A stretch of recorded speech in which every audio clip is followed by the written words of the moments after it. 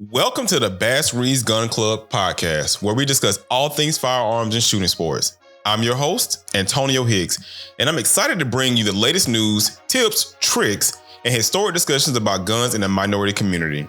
We're a pro-Second Amendment community of responsibly armed citizens, and we take pride in learning and sharing our knowledge within the community. So whether you're a seasoned pro or just starting out, this podcast is for you.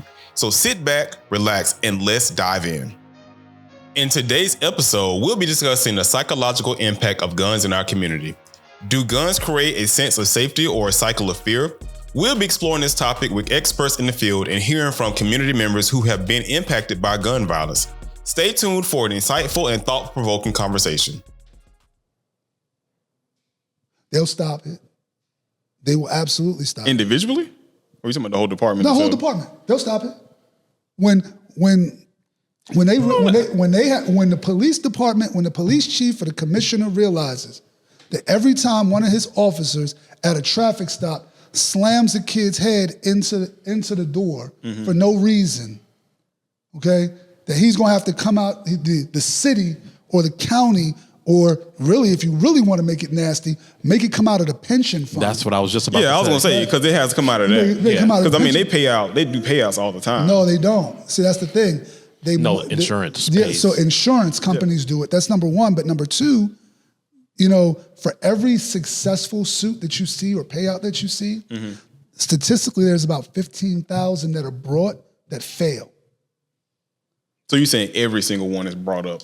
Well, think about it. I mean, if they know, because the simple fact of the matter is I know a young woman who's my colleague, and she does defense work for the cities and municipalities, and she'll tell you, she's like, we fight 97% of the cases we fight based on immunity, not on the merits. So we know we're wrong. We know we're wrong, but we know that the laws that are in place protect us and insulate us. So if you're looking, because now, if you take away police's sense of entitlement because of immunity, now what do you have less to worry about? White folks can't weaponize the police like that now. Because when the police come out, they got a whole different set of rules to follow. Why? Because the police chief said, I'm tired of paying these lawyers every single time y'all decide to do something stupid. So the culture changes now. My former law partner, he was former law enforcement on the federal level, okay? He used to be a part of the Border Patrol and the Federal Air Marshals. One of the things he told me, he said that the United States Border Patrol guys down on the southern border, they used to have this nickname for Mexicans. You know what they called them? They called them tonks. You know why they called them tonks? Because that was the sound that was made when you hit them upside the head with the flashlight. Wow. That's crazy. And I'm not even Mexican. That's crazy. But I still feel some type of way about that. Yeah. But that is indicative of the culture that happens. That's indicative of the culture that happens inside these departments, which leads to these police officers acting with a sense of impunity, which encourages these other groups to weaponize them against us. Now, what if all of our communities start weaponizing themselves? Everybody own guns. And we start doing what these white militias were doing, or still doing to this day. So when people come into our neighborhoods, we would prevent that kind of stuff from happening. Mutually assured destruction breeds civility. I agree. I think about what the example you gave, Sean, about the 50 people ruling over 300-something people. If everybody had a way to protect themselves, it wouldn't have gone down that same way if everyone exercised their right to protect themselves. Right. So as a woman, I think about my family earlier in this podcast. We talked about family and friends looking at you crazy. And a lot of my family members are anti-gun. And now they'll ask me, well, what do you need that for? And I'm like, okay, so I'm out in the street and someone tries to take my life. What do you want me to do? Right. What do you expect me to do? I do Pray. it to protect myself. Exactly. They want you to pray. And the funny thing is when stuff gets crazy, they'll say, Kia, can you help us? So they question you because they don't get it, but they know when their back is against the wall, they know what they need to do. I taught a firearms class one time, a rifle course, and I had a woman. She was extraordinarily, big on, the power of prayer. And her husband brought her to the class, and she was big on, well, I don't need to do this because, Jesus is going to protect me and all these different things. That's my mother. So this is what I did. I'll tell you what I did. Where I got it from, I don't know. But in the back of my truck, I had, and I think I was cleaning out one of my offices, I had a telephone book, one of those old yellow pages that was really thick. Wow. And so I put the telephone book and I duct taped it to a post and I put a target behind it. And I walked back 15 yards and I shot at the telephone book and then moved the telephone book and showed the holes in the target. And I told her, I said, okay, now this is what I want you to do. We're going to go ahead and duct tape your Bible to this post. And I want you to go stand behind it. She didn't want to do it. See, your prayer was going to stop the bullet. I said, you're not a believer. You're not a believer. You backsliding. You're not a believer. That's just you. What'd she say? She was quiet. She was quiet because she and it was funny because her husband was like, "I told you about that Bible shit. I told you not." That's what he said, right? So again, but one of the things is that as a community, we have to embrace reality. We can't shy away from it. I tell young people in my community all the time. But reality too, though, it was violence in the Bible. Yeah. John 2:15, I believe, had Jesus driving people out with a whip. And flipping over tables. And flipping over tables, right? Yeah. And I'm not a biblical historian or scholar by any stretch of the imagination, but I know that one. Many groups of God's people defended themselves. They defended their nation. They defended their property. Yeah. They built walls. They took went over to lands. war. But they conquered too. Right. Yeah. So, I tell people all the time, I say, a lot of times it's about us being detached from reality. And I tell younger people all the time, I say, there's one word that you can use to describe a person who's detached from reality. Vulnerable.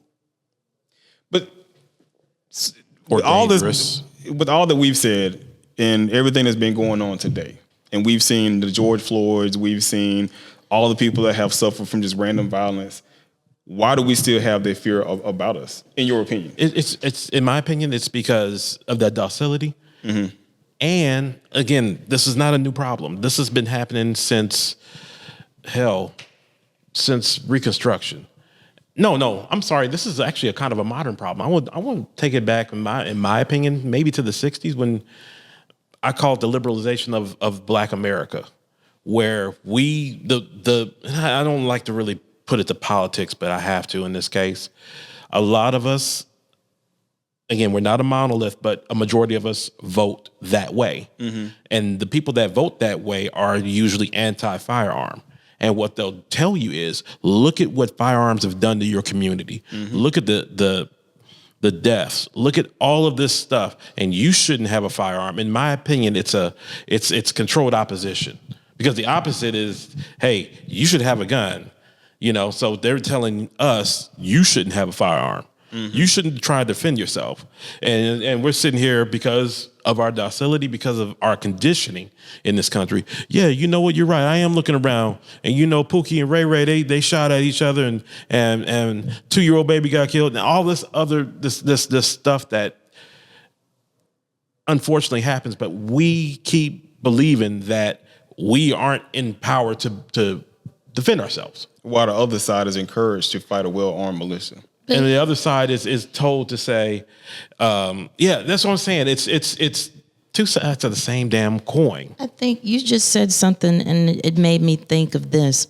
You're saying they're telling us you shouldn't have a firearm. Look at all of the gun violence in your community. But yet, I'm going to go there for a second. Sorry for some of my brothers and sisters that's listening to this. If you were to sit there and say, do you hang out with those people? Do you know those type of people? All these people that are committing these atrocities, all of us would say, no, I don't hang out with people like that. No, I barely know anybody. Yeah, I got a cousin that's in prison. Yeah, one. But on a daily basis, I don't hang out with people like that. I don't know people like that. So why are you telling me that I shouldn't have a gun because of those people are bad? Mm-hmm. See, it's kind of like it's Jedi mind tricks. Mm-hmm. You don't need a gun. Bad people have guns. You're black and bad people are black and they have all the gun violence in the community. And that's another issue though. It's this whole good or bad paradigm, right? So, last time I checked, the bad people are winning. It's historical that they've always won. Let's go ahead and talk about it. Like, there's winners and there's losers. There's winners and losers. You can sit up there talking about good and bad all you want. But right now, we in the losers' locker room. Mm-hmm. We in the losers' locker room.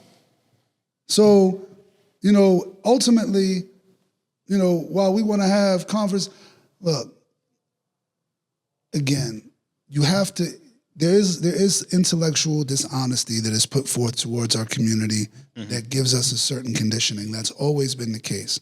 However, we have to be honest with ourselves, right? Right. You can't tell me about how smart you are, how insightful you are, how much wisdom you have, and not be able to see the idiocy that's being presented to you, especially when you have the benefit of 400 or 500 years of hindsight. Mm-hmm. So to that point, this is what bothers me. Do you not see what has happened to our people over the course of, like you said, a half a millennia in this country, hell, in the world, that you think that I'm going to say, well, my oppressors or former oppressors or the children of my oppressors had firearms, believe in owning firearms, conquered a whole ass nation with those firearms. Mm-hmm. And you're sitting here telling me that I'm guns bad. You don't need them. No. I always ask a question with us as a people, when do we get to say, I will never again? When do we get to say, I'll never again? When, as Brother Sean says, when we stop being losers, I guess. We're in the losers' locker room, and we could have all the tools to our access. Mm-hmm. As an American citizen, I have the right to pick up this firearm to defend myself. No, not to go rob anyone, not to go rape anyone, not to steal, but to defend myself. And someone's telling me, okay, we're in a battle, but you can't use that even though technically you have every right to it, because that's bad. That's not good for you. They're throwing rules on you that they don't even use themselves. Once again, Jedi mind tricks. We need to wake the hell up. Wake up. I'm tired of being defined by the less. Again, I hate saying this. These are those uncomfortable conversations, like you said. I'm tired of being defined by the less of us and the less of what we do, but in that being used as a narrative against us. Are there tools that we can use though outside of firearms? Well, let's say somebody's really uncomfortable with owning a gun itself. In your food. Because you don't have to like it, you just have to do it. To be honest with you, people don't believe me when I say this, but I'm not a gun lover. Yeah. I'm not a gun. Guns to me are like kitchen knives. They're tools. They're tools. Yeah. Absolutely. I got a DeWalt power drill downstairs. I got a Milwaukee tape measure. I got an AR-15.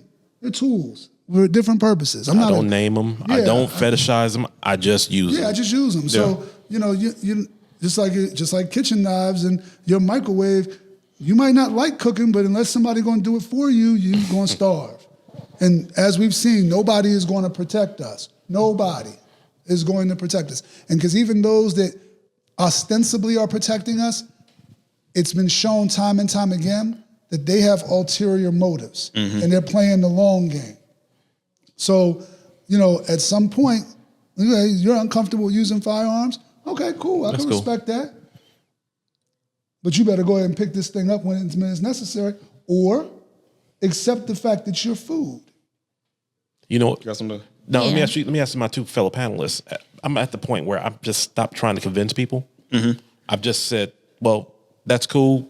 I understand that. Just don't limit my access and my rights to that. Have you guys? Where are you guys at that in this point? And I'm sorry to take over like that. I'm sorry. No, I wanted to say, just to give you a quick overview of my story.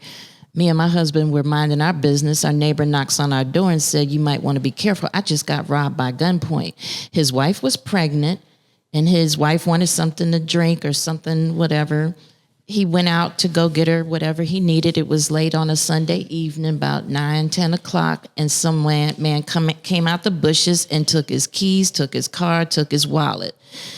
And my husband said, "Thanks, brother, for letting us know." And my husband said, "We're going to the range." And I was like, "No." And I hated it. I was that woman that would go to the range and cry. I would run out of the range. I didn't want to go. I didn't want to hold my gun. I didn't want to touch anything. I didn't want to have anything to do with it. But it was something that I realized that I had to do. And that whole time I kept saying, how am I going to do this? I need to learn how to protect myself. I would have never, ever, ever in my life thought that I would become a firearms instructor. So when I tell women why I do it, I say, because that man that's coming towards you is not coming to give you a hug. He's not. Whether you pray and ask Lord Jesus to protect you, whether you run, your man isn't there, your husband isn't there, you are there by yourself, or you're with your mama or with your babies, and those people coming towards you are not coming there to do right by you. You need leverage, and it is your American right as a citizen to protect yourself with a firearm. It is a tool, just as my brother said. It is a tool. If I sat a firearm down on this table right here and walked away, came back in 5 years, it wouldn't have shot anybody. It's not the tool, it's the fool. And it's what you do with that tool. You can take a hammer, forget a gun. You don't want a gun, you can take a hammer. I can build a house, or I could knock somebody upside the head and kill them. It's a tool. And if we start understanding that as American citizens, we have the right to use those tools in order to be contributing positive members of society against the people that are winning, the bad guys out there, then maybe more of us would do it. Well, when you've been programmed, going back to that word, docility, you've been programmed your entire life to kind of think that you're not a citizen. You've been told that you were just basically you were the descendant of a slave. No, you can't. I can't buy that, because those same people that say that will go ahead and show up and stand in line for 4 hours to vote for somebody when their vote don't count. So either you're a citizen or you're not. Well, what I'm saying is, you've been programmed. You've been programmed your entire life to think, either consciously or unconsciously, that you're less than. Yeah. And you're told, yeah, you're an American citizen, but you're this, but. Or and you don't feel like an American. It's you not feel for you. like It's not for you. You feel like okay. I don't feel like I'm supposed to protect the one thing I always hear, brother, is, well, the Second Amendment was for white people, and it's like, yeah, but I tell you what, above the Second Amendment is that thing that you was talking about earlier, that the right to defend yourself, the right to defend your life, liberty, and hell, the pursuit of happiness. I mean, but there are real fears, though. But I think we need to come together as a community, because we've had many examples where, us as gun owners have walked down the street with our rifles on our chest and have gotten pulled over by the cops and damn near killed. But I think if we came together as a community, if we saw stuff like that, and I mean, just to go back to George Floyd, if we saw one of our brothers on the floor getting choked out and the guy was just sitting there, if all of us came out without weapons, I think the cops would have pulled away. Yeah, it's a different ball game when we talk about individual versus team tactics. Team tactics rule the day, and doing things as a collective in the combative sense is typically far more effective than doing things singularly. Hell, January 6th showed us that. Right. Yeah. And so, the thing about it is, for me, in terms of, do I feel the need to convince people? No. I mean, because, what's the phrase? A person convinced against their will is of the same opinion still. Now say that clear and slay. Those who are convinced against their will remain having the same opinion still.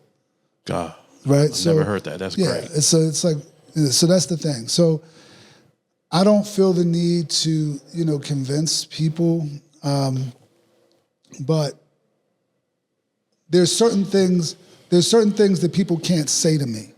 Right, there's certain things that people can't say to me, like when the pandemic happened and everybody was out there panic buying, all of those people that was voting blue and voting for gun control was right here at Stoddard's trying to buy, emptying out the place, right, buying stuff that they had no idea how to use. Yeah. You done bought 6 pistols. What you gonna do with 6 pistols?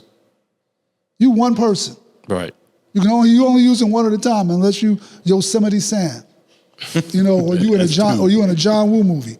Yeah. Right? So the reality is that when it hits the fan, in any sense of the word, I don't want to hear that. Plenty of people come, can you show me how to use it? No, not now. I don't have the time. Right. I'm busy defending my family. Right, because I told I got that too. Right, because I told that conversation. I told you 3 years ago, 4 years ago, to go ahead and start doing this. But now it's, your procrastination does not equal my emergency. Mm-hmm. Their comfort had not been fully disturbed until it hit the fan. Mm-hmm. It doesn't, what's in it for me? Why should I bother? Okay, guns. Okay, that's fine. That's for them. That's for robbers, thugs, whatever, gang members. Okay, and that has police. nothing to do with me. And the bad apples and da-da-da-da-da.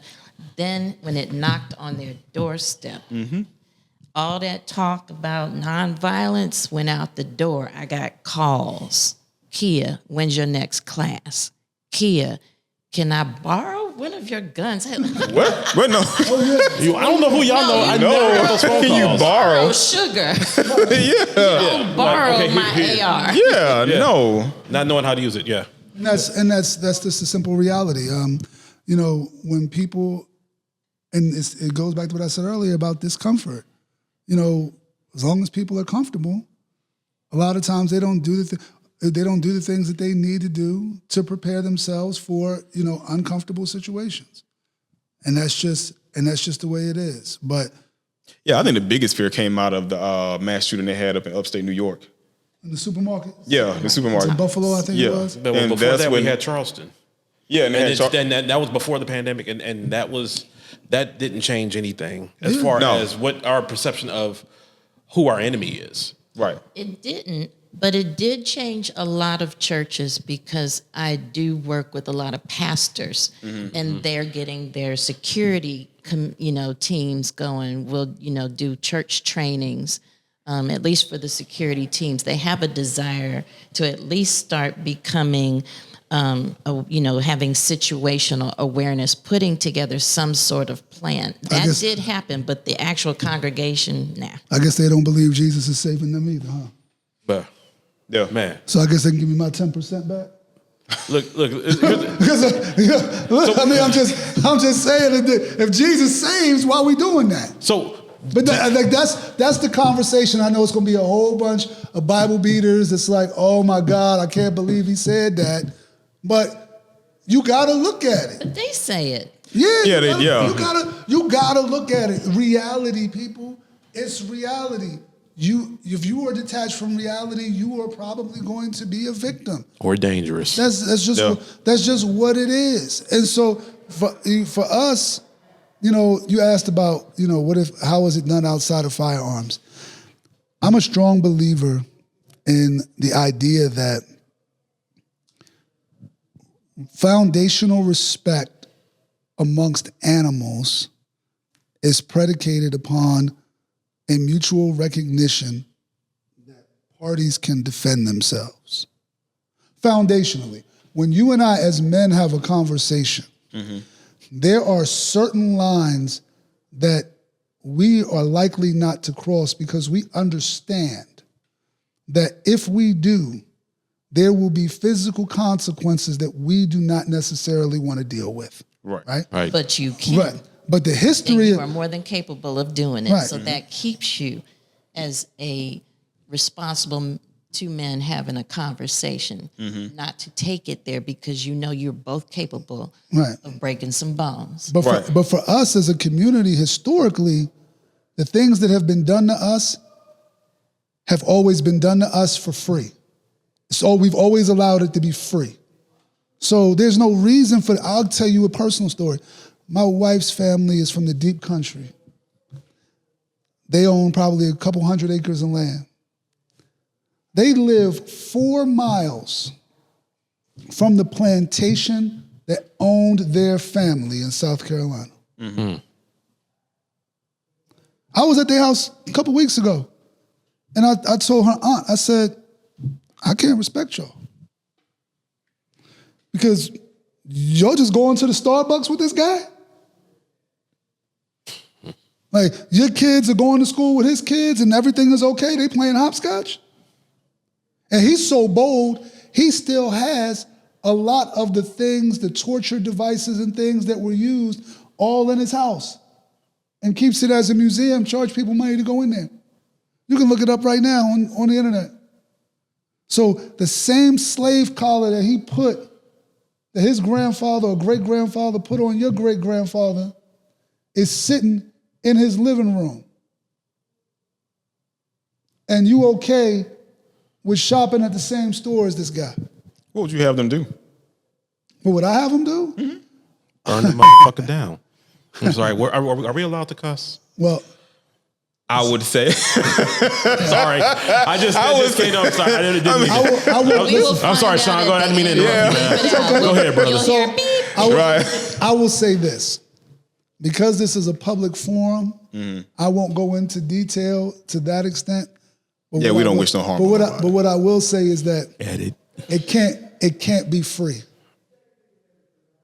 If you do something against our people, you have to understand that that's going to cost you. And that is why I like the verdict in Clayton County. Yeah, absolutely. Do you think it would have gone differently had he had a firearm and he shot her? Oh, great question. I'm going to let the lawyer answer that.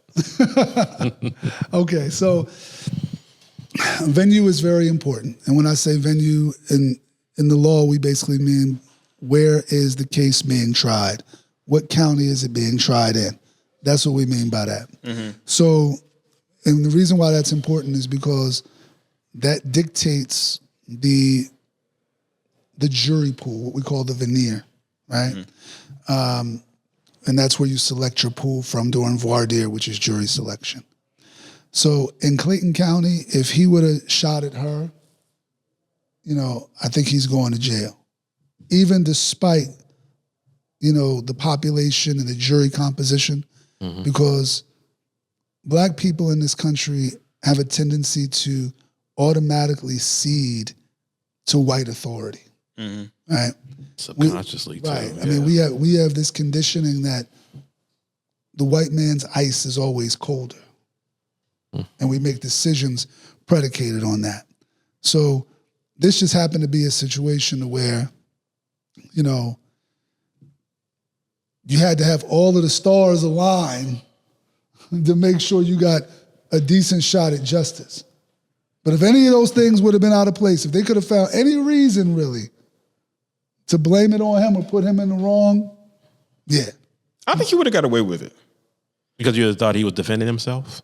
Well, I mean, per Georgia state law, he was defending himself. Let me tell you something. We have a saying in law school, right? If you want justice, go to a whorehouse. If you want to get fucked, go to court. Okay? So, the law is it's a beautiful thing when you read it on its face. A lot of times it's facially neutral. However, as applied, a lot of times it doesn't work out the same way it works out in the books. So I'm gonna put a pin in that real quick and ask you this. With our people, we hear that and we think to ourselves, well, I can't defend myself. I can't own a firearm and I'm not going to keep a firearm because then I can't defend myself because if I pull that gun out, I'm going to jail regardless, whether it's legal. I'm got my air quotations up, legal or not. So what is your response to that? Do you prefer jail or the morgue? Exactly. Training and education. What's your preference? My life is more valuable than anything I know. Exactly. Right. So I don't care what it is. And that's my answer. That would be my answer to them. Do you prefer jail or the morgue? I could at least I have a fighting chance with jail. I got a shot. Right. But I'm not just going to volunteer for this dirt nap. I'd rather be judged by 12. Was it judged by 12 than than carried to be by carried by 6? And that was something that was indoctrinated in federal law enforcement. A lot of federal law enforcement got that messaging pounded into them. Mm-hmm. And that's how they proceeded to police America, with that mentality. So now they got all the gear, all the weapons, all the training, and this mentality of, I'd rather be judged by 12 than carried by 6. While we over here talking about change gonna come. Shout out to Sam Cooke. But it's a good record. But great record. Right. Yeah. I'm not, but that's the thing. So, it's. Oh, I'm sorry. Go ahead. I mean, either you want to be food or you don't. That's it. Can I ask a real quick question, Antonio? How old are you? Ooh, I'm getting old now. I'm 40. I'll be 40. What day is it? Today is the 16th. 16th. I'll be 42 in 9 days. Okay, and I know how old you are because I'm not going to ask a lady her age. I don't care because I don't look it. I'm 52. All right, and I'm 52 also. We're Gen Xers, Sir. Mm-hmm. Okay, a lot of what our parents and this I'm trying to always keep this on topic. A lot of what our parents and a lot of our parents were boomers. Mm-hmm. I want to think. My mom is 72. How they got down is not how we get down. Now, I'm not saying that to in a disrespectful way, because we all stand on the shoulders of giants. We stand on Malcolm. We stand on Martins. We stand on Hueys. Mm-hmm. Okay, but the kneeling and the praying and the hoping part, I think after civil rights, it just kind of went. We didn't get that talk, I suppose. Because the 70s, when everybody started getting jobs, when everybody started overcoming, we just said, well, okay, that's cool, but here comes the crack epidemic, and we're back to square one, and we think differently. And I'm hearing that today. It's like I don't want you to be a victim. I don't want to be a victim. I'm gonna carry some protection, and our parents are saying, "Don't do that," And I guess it's a programming, and that's why I think NOM was so good for black men. And people say it. People are like, "What the hell is he talking about? That's blasphemy." You said what now? I said that's why I think NOM was so beneficial for black men. I agree and disagree with you. Yeah, my father. Vietnam. My father was a NOM vet. My father was a NOM vet. And he was drafted. He didn't volunteer. But my dad ran. He didn't run. My father was a NOM vet, and he's a highly decorated NOM vet. He got 6 medals in NOM. And the simple fact of the matter is that NOM introduced black men to a concept of parabellum, which eliminated that fear per se, or that conditioning about firearms. Counselor, could you explain what the word parabellum means? I know what it means, but I'm going to let him answer because we're going to have to wrap it up too. Okay. Sure. I mean, in the most colloquial terms, parabellum is chaos, Armageddon, warfare, right? Mm-hmm. All out warfare. And so, out of necessity to survive, a lot of these men, had to strip their preconceived notions about anything related to firearms and all of that type of stuff and docility if they wanted to survive. And so when they came back with some other issues. That's true. My father's 100% disabled because he's got PTSD and all that other stuff. But, the simple fact of the matter is that my father was the first person to introduce me to firearms. He was the first person. And, some of my uncles and different things that were also involved in Vietnam, they no longer had that fear. They were like, okay, this is how we got to get down. This is how this works. Is that militancy? Absolutely. And so as we Well, first of all, I want to thank all y'all for the discussion too. Sure. And as we get ready to wrap it up, I'm gonna let you start off because you was getting ready to say something anyway. No, I'm just trying to wrap it up. Yeah. Was there a question? No. I was thanking you all for just being on this panel and discussion to talk about the psychological impact of it. But I'm gonna let you have a final thought because you said you about to say something off of what. Well, yeah, Sean what was Sean said was very, that was telltale for me. Mm-hmm. Your relatives came back after the shit hit the fan. They understood that in order to survive, you got to do what you need to do. They didn't come back and start running around shooting people, but they'll say, damned if I get shot without me going out without a fight. And that is kind of the gist of what I believe we've been talking about. Our fellow Americans of color have had it very, very safe and cushiony here. They've got fairly decent jobs. Yes, a lot of us are a couple paychecks out to being on the street, even though we look like we've got it made, but we are richer than 85% of the whole planet. If you're not doing well in the United States, you're still richer than most people on the planet. And we've also been indoctrinated to say, guns are not for me. I'm not an American, I'm an African American, and I've been told to think I'm a slave or I'm from slavery. So this isn't for me, that isn't for me. That's for them. They control. They're always winning. We're always losing. We need to march. We need to pray. We need to protest. But just as Sean said, we're not winning. I don't do what I do to hurt others. I do what I do so that others don't hurt me. Amen to that. Eric, you got a final thought you want to add to the topic? To quote the Bible, Sean's like, ooh, my people are destroyed for lack of knowledge. We had our general meeting today before this podcast, and it was brought up by me, but we had a discussion about the gun violence thing. And our vice president of NAGA, Doug, said something, and I remember this. I'm not going to deny that it does, that it doesn't happen. I had this conversation with my wife. It got a little heated. I'm never going to deny it, but I'm going to do everything in my power as a man, as a father, as a husband to keep the wolf at bay. And I have good friends. I mean, people that I genuinely love that feel like, well, guns are evil and we need to decrease the amount of guns in our neighborhood. But it's never said past that, well, how? And why? And, what should we do? And it's always toward the legal gun owners, always toward the people that are responsible or want to do right and protect their families. So it's just like, well, why are you taking from me? I'm just, then we have California, we have New York, we have Connecticut, Illinois. We have these places that truly do, but then what? Crime don't stop. Now, I don't have a solution. I really don't.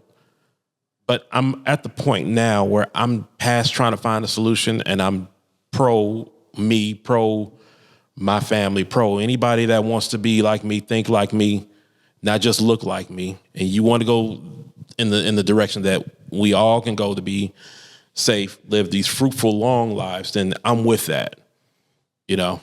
Everything else is just deck chairs on the Titanic at this point. So, to my question earlier, I'm done trying to convince people about why I should be able to defend myself. I'm done. I'm gonna take the ones that want to come. We like again, quote the Bible. Everybody ain't gonna get to the promised land, and I'm okay with that. But if you want to get to the promised land, hey, there's organizations that we can use. So,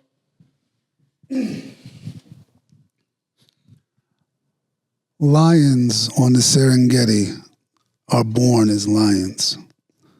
Zebras on the Serengeti are born as zebras. They don't get an opportunity to choose. We are in a fortunate position to where we get the opportunity to choose. And if you choose to be a zebra, then you cannot complain when the lion makes you his dinner.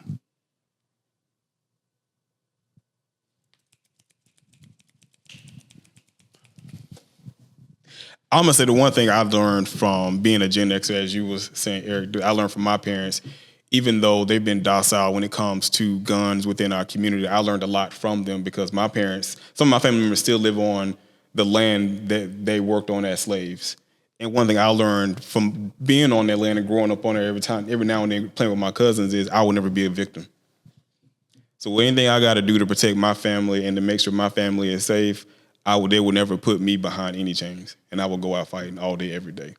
And that's, if I can do anything to teach anybody that, is to make sure that you protect your life, because your life is the most valuable thing that you have, and you protect your family because that's what you're gonna need to endure in life, and then you protect anybody else that's around you that you love.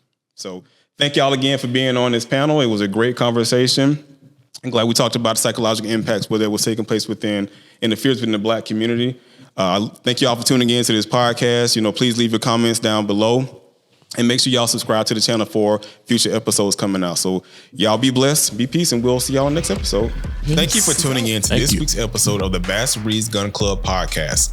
If you enjoyed this episode, please share it with your friends and family. Don't forget to like and comment on the show to let us know what you think. And if you're interested in learning more about firearm safety, proficiency, and the shooting sports, and you're in the Atlanta area, please consider joining the Bass Reeves Gun Club. We're a pro-Second Amendment community of responsibly armed citizens, and we take pride in learning and sharing our knowledge within the community. You can find more about us and how to join at bassreevesgc.com. That's Bass Reeves, G as in Gary, C as in cat.com. Remember, stay fearless, knowing no master but duty. I am Antonio Hicks, and it's been my privilege to produce and edit this podcast, bringing these important conversations to life. But the conversation doesn't have to end here. If you're curious about more stories and insights in the avenue of politics, technology, and gaming, I invite you to join me on my own podcast, PTG TV. On PTG TV, we dive deep into a variety of topics, exploring the intricacies of our world with a mix of humor, seriousness, and everything in between. It's a space where we challenge norms, celebrate diversity, and foster a community of curious minds and open hearts. You can find PTG TV on all major podcast platforms like Spotify, Apple Podcasts, and Google Podcasts. Just search for PTG TV and hit subscribe. All opinions expressed by the podcast hosts, participants, and creators are their own and do not reflect the opinions of NAGA, the Bass Reeves Gun Club, which is the Atlanta chapter of NAGA or affiliated gun ranges, gun clubs, or companies.